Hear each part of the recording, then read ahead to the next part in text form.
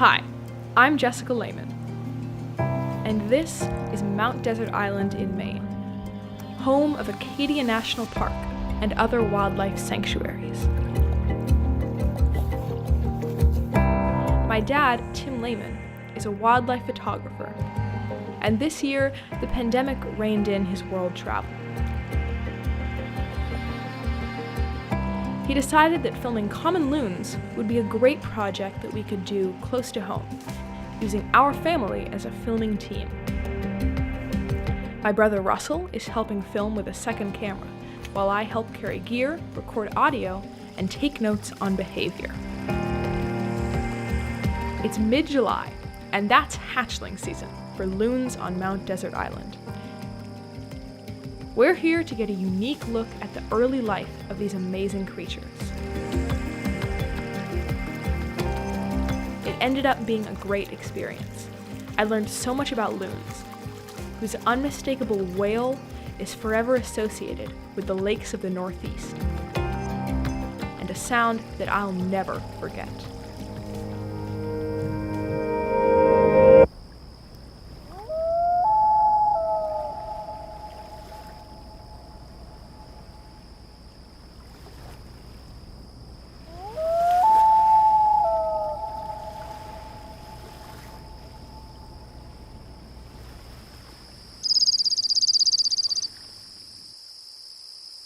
Biologists from the Somes-Mainel Wildlife Sanctuary monitor all the loon nests on the island, so when we got here, they were able to show us a nest that had not yet hatched.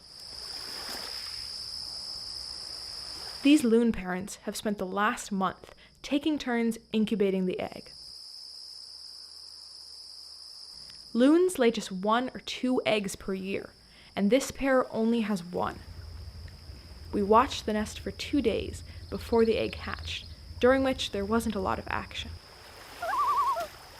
A couple of times I did see the male assume a defensive posture. When some intruding loons came near, he began yodeling, a male loon call used to assert their territory.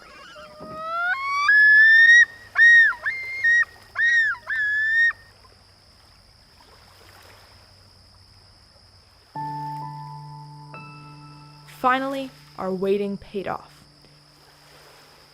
This chick hatched during the night or early in the morning, and now it's leaving the nest for the first time. From now on, it's a water bird and will rarely go on land again until it's time to start a nest of its own when it's fully mature. I find that pretty amazing.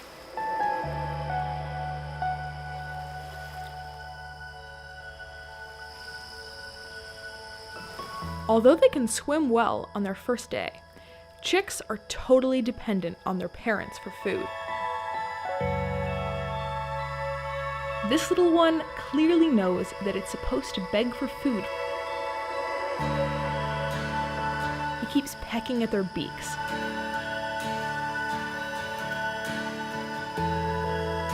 But it takes them a little while to start feeding it.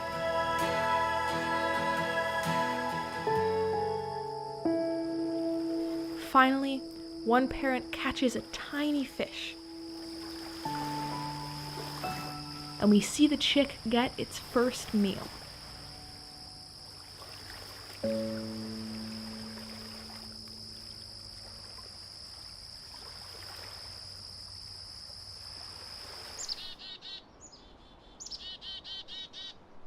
A few valleys over, we observed a second loon family at the south end of Echo Lake. These parents hatched 2 young chicks. On the first day we arrived here, they were only 3 days old, so it was really cool to watch them grow over the past 2 weeks. When they're really little, The chicks spend most of their time riding on the backs of their parents. Nestled between their wings, they have a chance to rest and may also be safe from predators like snapping turtles in the shallows. As they get older, they begin to run out of space on their parents' backs and spend more time in the water. The chicks dive more and more, staying down for longer. But in the 2 weeks we've been watching them, their parents are still feeding them all their food. The parents are constantly hunting, usually in the shallows, and will swim low with their heads underwater, snorkeling, looking for prey to catch. And sometimes, the adult with the chick on its back dives under suddenly, leaving it bobbing on the surface.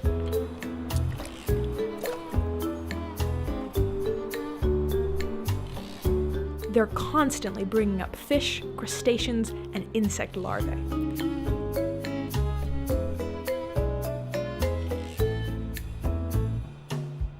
The chicks quickly get good at accepting food, but there are still some funny fails. The chicks will try and take the fish and miss, or it flops out of their beaks, and the parents would dart and catch it and try again.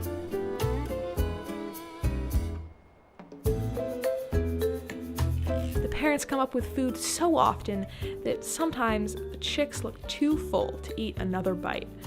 And sometimes the adults were a little overambitious with what the chicks would be able to eat, and come up with this massive fish and try to get the chicks to eat it. They can be really persistent, spending up to 20 minutes offering the same food over and over again. But when they wanted to, the chicks were surprisingly good at taking down big fish.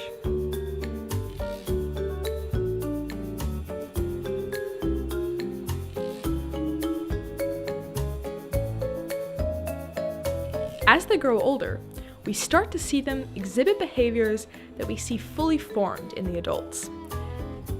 We often see the adults rise up, stretching and flapping their powerful wings. Meanwhile, the chicks can't even fly yet, so it's really cute seeing them try the same thing, flapping up with their wimpy little wings.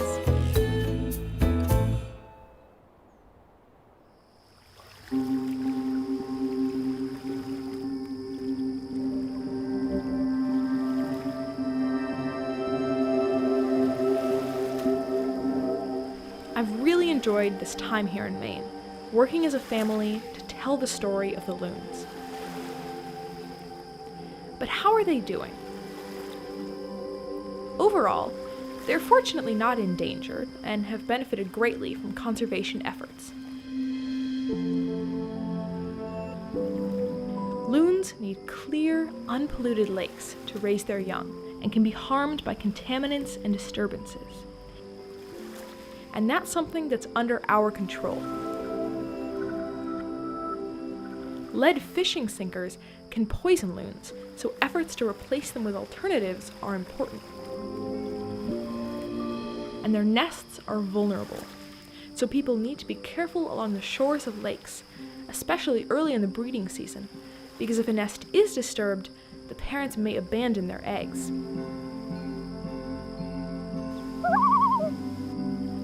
When you spend so much time carefully observing animal behavior, it forges a lasting connection. That's why national parks and local nature reserves are so important.